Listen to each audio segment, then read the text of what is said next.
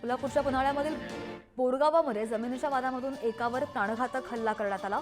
बांधकाम करण्यासाठी इंजिनियरला जागा दाखवत असताना शेजारच्या कुटुंबातील 5 जणांचा हल्ला।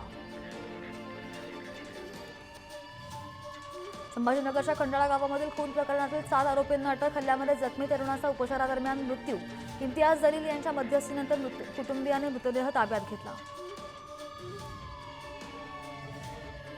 कोल्हापूरच्या शहापूरमध्ये जुन्या वादामधून मित्राचा खून केल्याच्या घटनेमुळे खळबळ।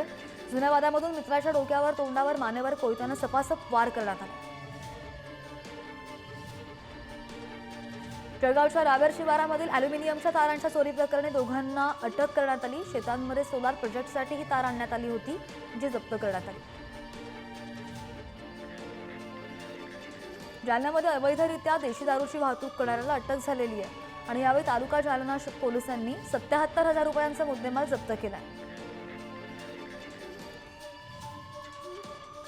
छत्रपती संभाजीनगर शहरामध्ये हॉटेलमध्ये सुरू असलेल्या आलिशान प्रत्यांच्या क्लबवर पोलिसांनी रेड टाकली आणि यावेळी 76 गॅम्बलर पोलिसांनी पकडलेले आहेत, तर लाखो रुपये जप्त करण्यात आल्याची माहिती।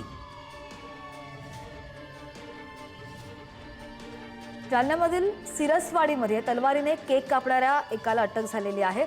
तालुका जालना पोलिसांनी ही कारवाई केली आहे आणि यावेळी कारवाईमध्ये एक धारदार तलवार जप्त करण्यात आल्याची ही माहिती।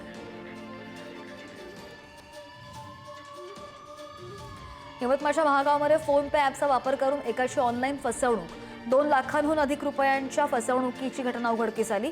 महागाव पोलिसांकडून अज्ञाताविरोधात गुन्हा दाखल।